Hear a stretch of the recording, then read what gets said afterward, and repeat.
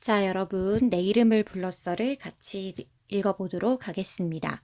내 이름을 불렀어 책은 이금희 작가가 썼고요. 최명숙 작가가 그림을 그렸습니다. 그리고 해와 나무라는 출판사에서 나왔습니다.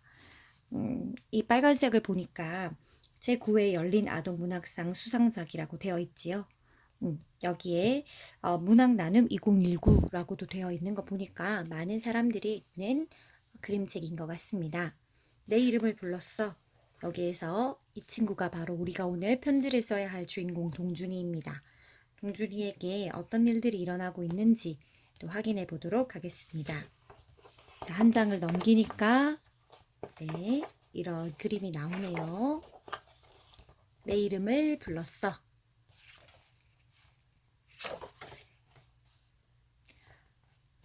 첫 번째 그림을 먼저 보도록 하겠습니다. 여기 동준이 할머니시고요.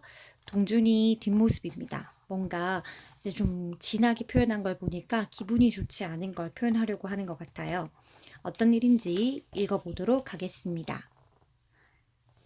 하얀 입김. 방학교실 안 가면 안 돼? 정말 가고 싶지 않았다. 가면 공짜로 밥도 주고 공부도 가르쳐 주는데 왜 안 가? 선생님이 꼭 보내라고 하셨으니까 빨리 가. 할머니도 오늘부터 일 나가야 돼. 어제 다리 깁스를 풀고 온 할머니가 야단쳤다. 할머니가 없으면 혼자 점심, 저녁까지 먹어야 한다. 나는 솔직히 방학이 좋지 않다. 축구할 친구도 없고 스마트폰도 없고 컴퓨터마저 옛날 거라 게임도 제대로 할 수 없기 때문이다. 그래도 방학 교실은 싫다. 한 달 전쯤 할머니는 빙판에 미끄러져 다리와 팔을 다쳤다. 병원에서 할머니를 보자 눈물이 나왔다. 할머니가 돌아가시면 나는 혼자 남게 된다. 옥탑방 아저씨처럼 혼자 사는 거다. 남이 갖다 준 김치나 반찬을 먹으면서 말이다. 나는 할머니의 말을 잘 듣겠다고 다짐했다. 나는 점퍼에 지퍼를 채웠다. 다녀오겠습니다. 우리 집은 2층 집 반지하에 있다. 1층에는 중학생 형네가 살고 2층에는 회사에 다니는 누나들이 살고 있다. 모두 바빠서 늘 빈집 같다. 어떨 땐 밤 늦게까지 이 큰 집에 나 혼자 있을 때도 있다. 나는 마당으로 난 계단에 올라갔다. 뛰다가 자빠지지 말고 조심해서 다녀. 할머니 목소리가 마당까지 들렸다. 학교에서 작게 말하는데도 떠든다고 혼나는 건 다 할머니 목청을 닮아서다. 자빠진 건 할머니면서. 학교에 가려면 비탈길을 한참 걸어 내려가야만 한다. 할머니가 넘어졌던 길에는 얼어붙은 곳이 군데군데 남아있었다. 나는 조심조심 걸었다.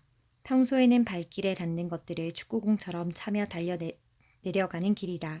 나까지 다치면 할머니가 내 팔자야 하면서 자기 가슴을 주먹으로 때릴 것이다. 비탈길을 다 내려가면 큰 길이 나오고 횡단보도를 건너 조금 걸어가면 아파트 단지가 있다. 우리 학교 아이들은 대부분 이 아파트에 산다. 학교는 단지 건너편에 있다. 신호등에 녹색등이 두 칸 남아 있었다. 나는 뛰어가려다가 멈춰섰다. 방학 교실에 조금이라도 천천히 가고 싶었다.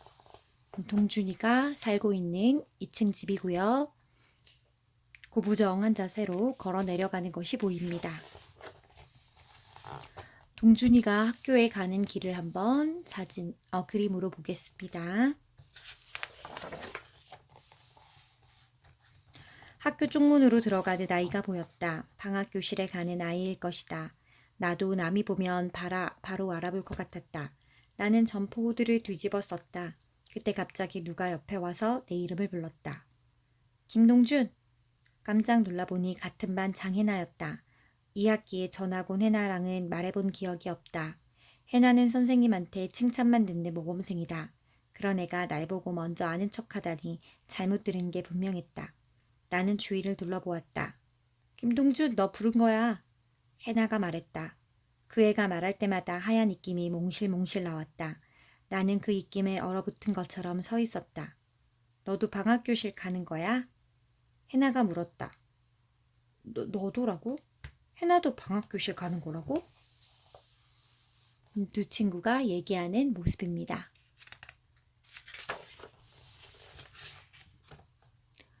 방학교실은 나처럼 없는 게 많은 애들이 가는 건 줄 알았다. 그래서 가기 싫었다. 그런데 해나는 왜?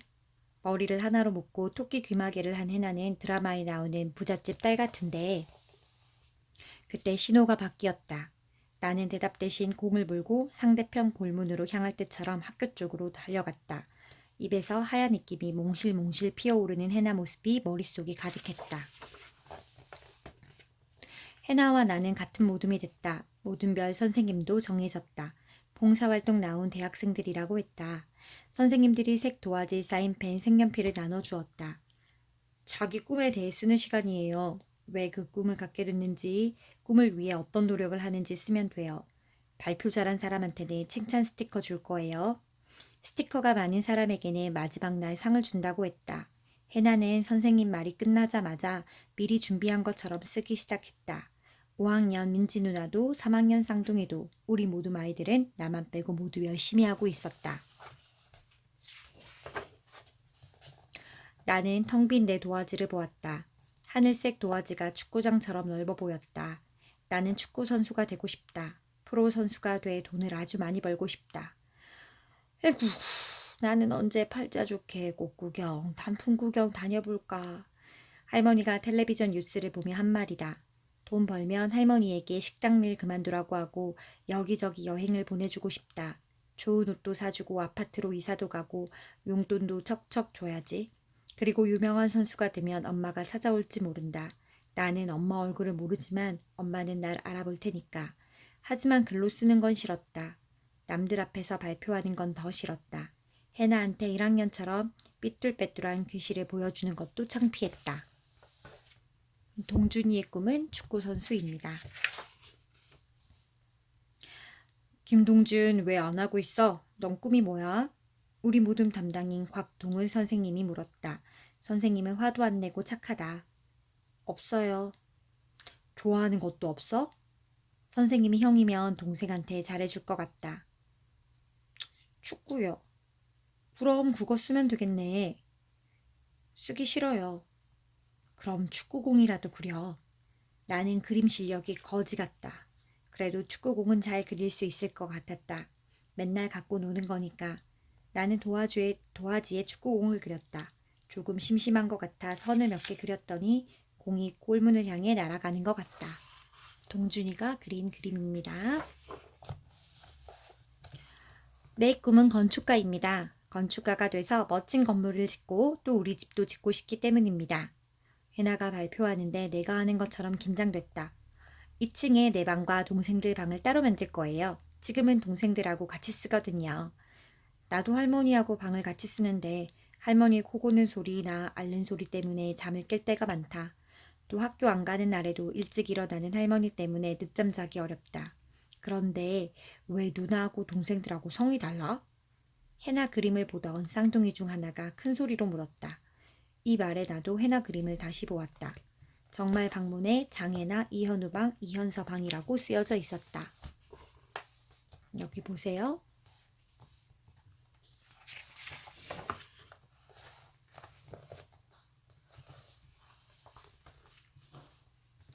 모든 눈이 해나에게 쏠렸다. 해나가 아무렇지 않은 얼굴로 말했다. 우리 아빠는 새아빠야. 그래서 나랑 성이 달라. 나는 깜짝 놀랐다. 가을 운동회 때 해나랑 2인 삼각 경주하던 아저씨가 새아빠라니. 나라면 죽어도 말하지 못했을 텐데 솔직하고 당당한 해나가 멋져 보였다. 선생님이 해나에게 엄지를 들어 보였다. 내가 하고 싶었는데 못했던 거다.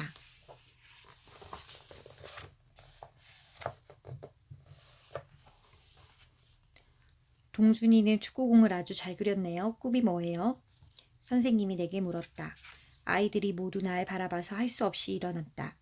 해나 앞에서 발표하려니 얼굴이 뜨거워지고 목소리가 떨렸다. 저는 프로 축구 선수가 되고 싶습니다. 유명한 선수가 돼서 돈을 많이 벌고 싶습니다. 돈을 벌어 어디에 쓸 거냐고 다른 모든 선생님이 물었지만 나는 대답하지 않았다. 그래도 스티커와 사탕을 받았다. 처음 받은 칭찬 스티커라 마음이 뿌듯했다.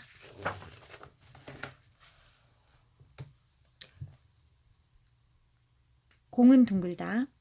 실내화로 갈아 신는데 발 옆에 꽃무늬 포장지로 싼 작은 물건이 툭 떨어졌다.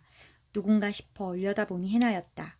해나는 얼른 그 물건을 집어 주머니에 넣고 말했다.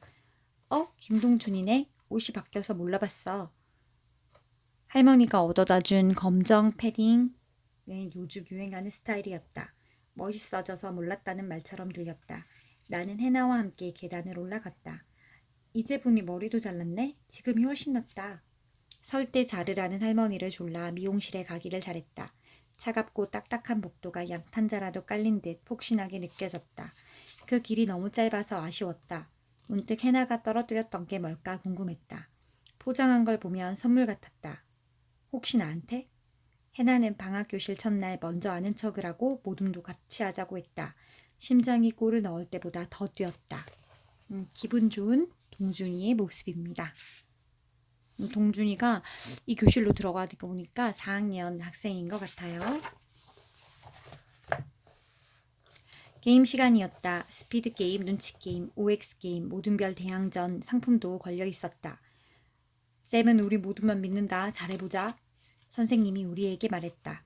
해나, 민지, 누나, 쌍둥이가 입을 모아 네 하고 대답했다. 나는 대답 대신 선생님을 째려보았다. 나무 젓가락처럼 생겨서는. 선물은 선생님 거였다. 점심을 먹고 이다 끌어 가는데 해나가 복도에서 선생님에게 무언가를 주었다. 꽃무늬 포장지로 싼 내가 하루 종일 기다렸던 바로 그것이었다. 해나는 곽동훈 선생님을 좋아하고 있었다. 할머니한테 눈치 없다고 맨날 혼나는 나였지만 단번에 알 수 있었다. 나는 착각했던 게 창피하고 화났다. 선생님도 꼴 보기 싫었다. 나는 게임을 망쳤고 우리 모두는 꼴찌를 했다. 게임하다 선생님이 옆에 있으며 실수인 척 발을 꽉 밟거나 몸을 쾅 부딪혔다. 그래도 마음이 풀리지 않았다.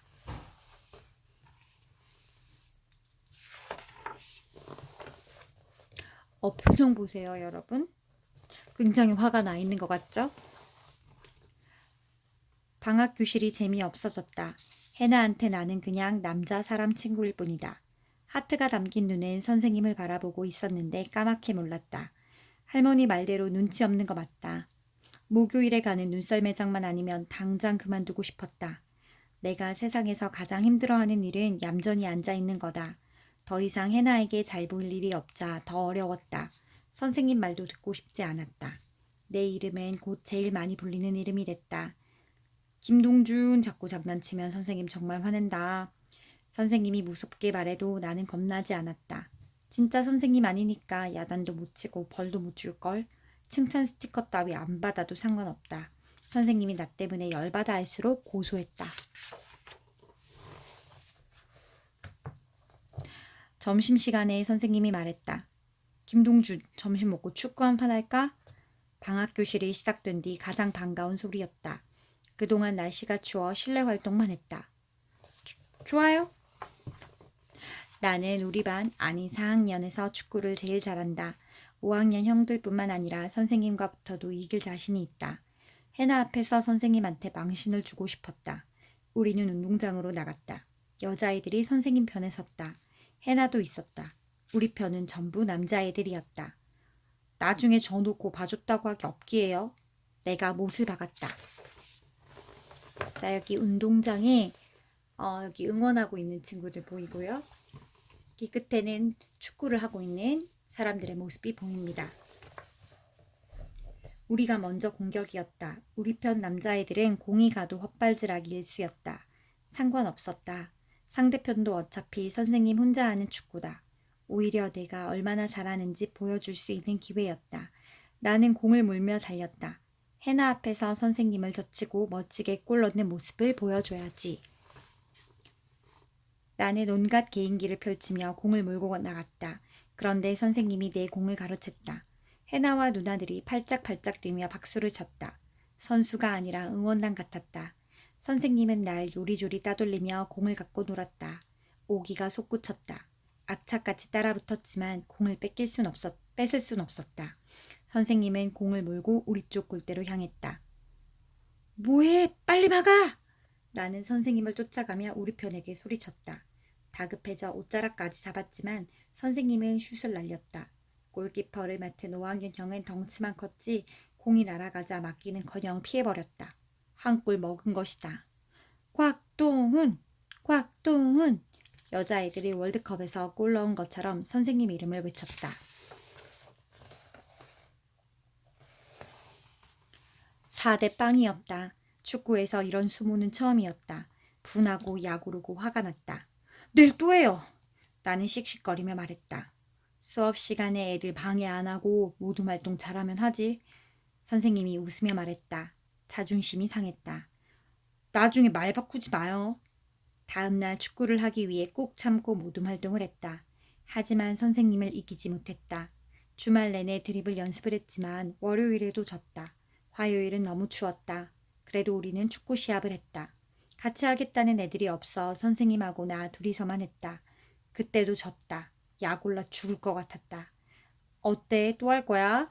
선생님이 축구공을 발로 툭 차올려 받아들며 말했다. 무슨 선생님이 이래? 무슨 어른이 치사하게 악착같이 애를 이겨. 나는 선생님을 주먹으로 퍽퍽 쳤다. 눈물이 나려는 걸 간신히 참고 말했다. 내일 또 해요. 선생님이 아무리 잘해도 내가 이기는 날도 있을 것이다. 공은 둥그니까. 마음까지 환해졌어. 드디어 눈썰매장 가는 날이다. 방학교실은 내일이면 끝난다. 방학교실 끝나는 건 조금도 서운하지 않은데 선생님을 한 번도 못 이기고 끝나는 건 너무 아쉬웠다. 학교에 도착하니 버스가 벌써 와 있었다. 교감 선생님도 나와 있었다. 보통 때보다 1시간 먼저 모였지만 지각한 아이는 없었다. 모두 신나 보였다. 나도 그랬다. 할머니가 눈썰매장 가서 맛있는 거 사 먹으라고 용돈도 주었다. 자, 버스에 올라타서 눈썰매장으로 향합니다. 해나가 즐겁게 웃고 있네요. 해나가 선생님 옆에 달라붙어 제잘거렸다. 해나 입에서 하얀 입김이 몽실몽실 피어났다. 조금 슬펐다.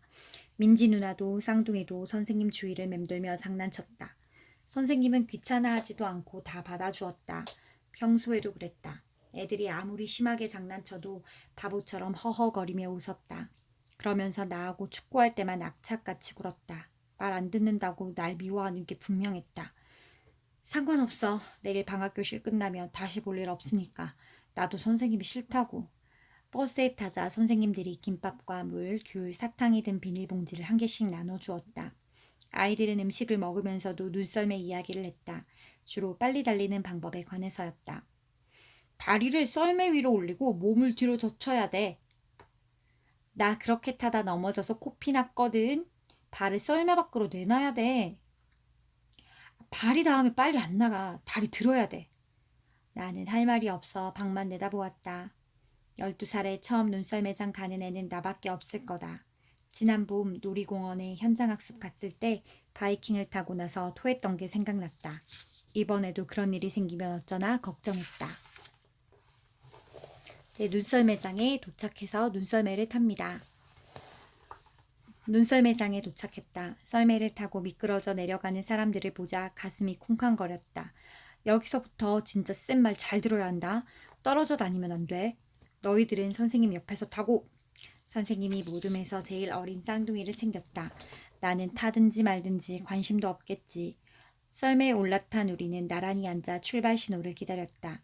나는 맨 가장자리였다.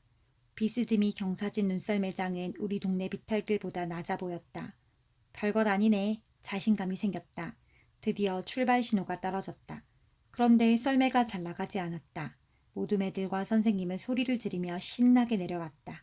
나는 버스에서 들은 대로 썰매줄을 잡고 몸을 뒤로 젖힌 뒤 다리를 올렸다. 썰매가 슝 하고 내려간 게 아니라 안전벽을 들이받고 나가 떨어졌다. 아프기보다는 창피했다. 여기가 동준이죠. 동준이가 시무룩해 보여요. 아까 형 넘어질 때 개구리 같았어. 쌍둥이 중 한 명이 웃으며 말했다. 누가 쌍둥이 아니랄까봐 다른 한 명도 같이 킥킥대며 웃었다. 한 대 패고 싶은 걸 간신히 참았다. 안 아파? 해나가 물었다. 걱정해 주는 건 하나도 좋지 않았다. 안 아파. 나는 퉁명스럽게 대답했다. 다리를 썰매에 올리고 타면 위험해. 멈출 수 있게 밖으로 내놓고 타. 알았지? 선생님이 말했다. 안 타면 안 돼요? 불쑥 이 말이 나왔다. 애들 타는 동안 할머니가 준 돈으로 어묵이나 사 먹고 싶었다. 왜? 재미없어요. 너 또 넘어질까봐 그러는 거지? 민지 누나가 끼어들었다. 아니거든! 나는 발끈했다. 선생님이 아이들에게 먼저 올라가라고 했다.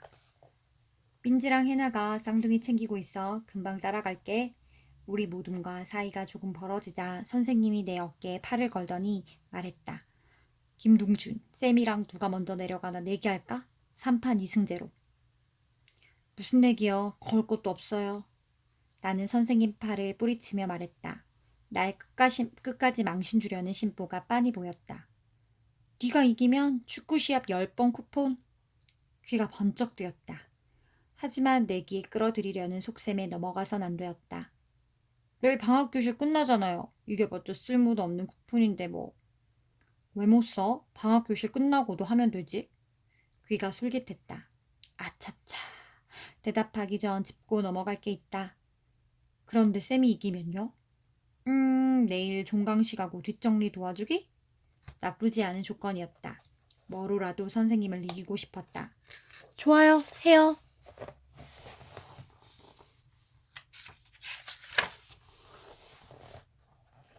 동준이 표정이 엄청 신나 보이는데요. 어떤 일이 일어났을까요?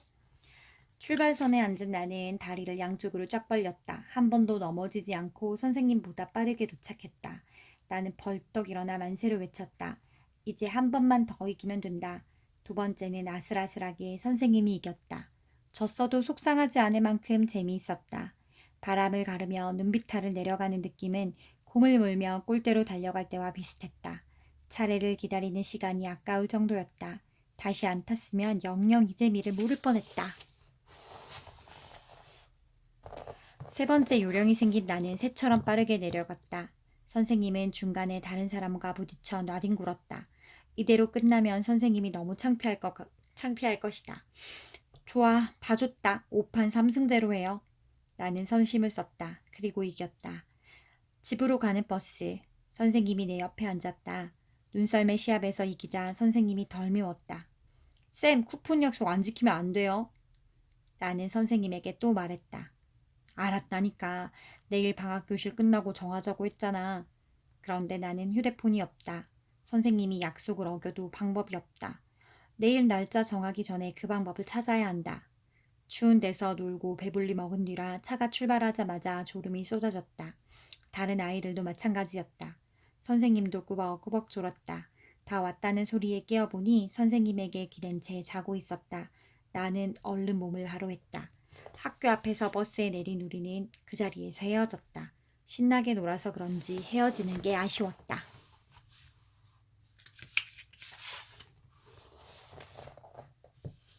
나는 학교 앞 찻길을 건너 아파트 단지를 지나쳐 걸었다.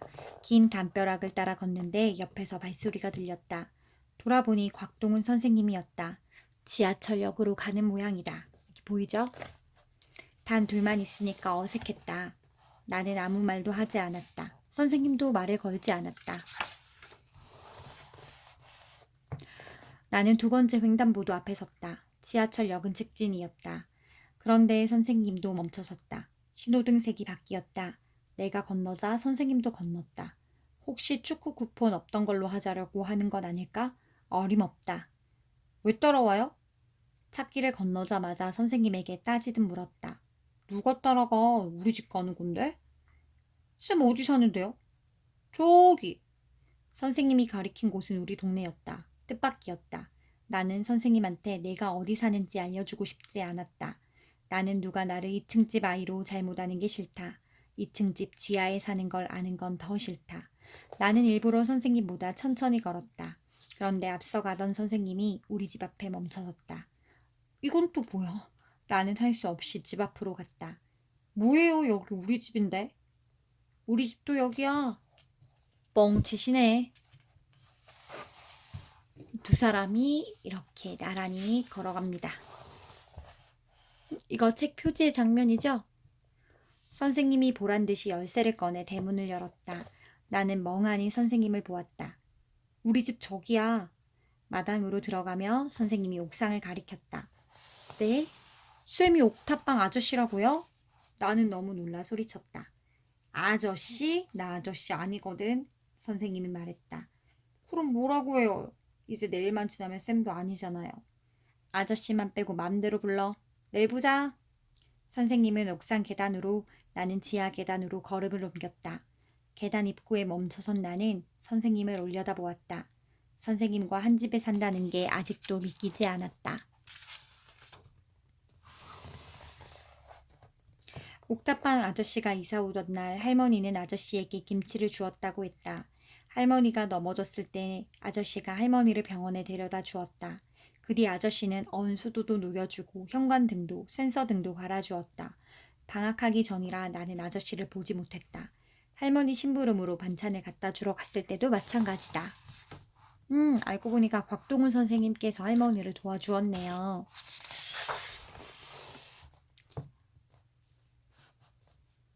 알바하느라고 바쁘다니까 집 없으면 문 앞에 두고 와.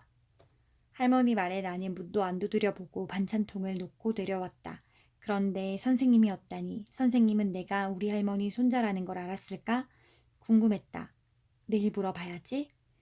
앞으로는 할머니가 아무리 늦게 와도 무섭지 않을 것 같았다. 그리고 이제 축구 쿠폰 걱정도 안 해도 된다. 한 집에 사니 지키지 않고는 못 베길 것이다. 씩 웃음이 나왔다. 동준아! 계단을 내려가려는데 선생님이 내 이름을 불렀다.